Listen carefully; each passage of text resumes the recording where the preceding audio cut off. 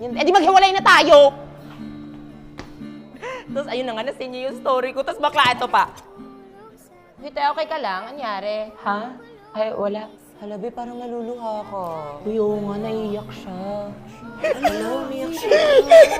Hoy, sino nagpaiyak kay Nicole? Te, okay lang yan, te. Dead ma sa kanila. Break na kami. Kayo ni Jen? Ano, bakit nangyari? Ano daw?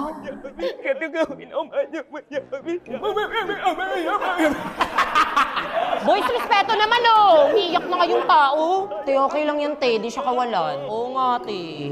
Ay, te, wait lang ha. Huwag ka gagalaw. May lisa. Lutong. Be, inom ka muna water.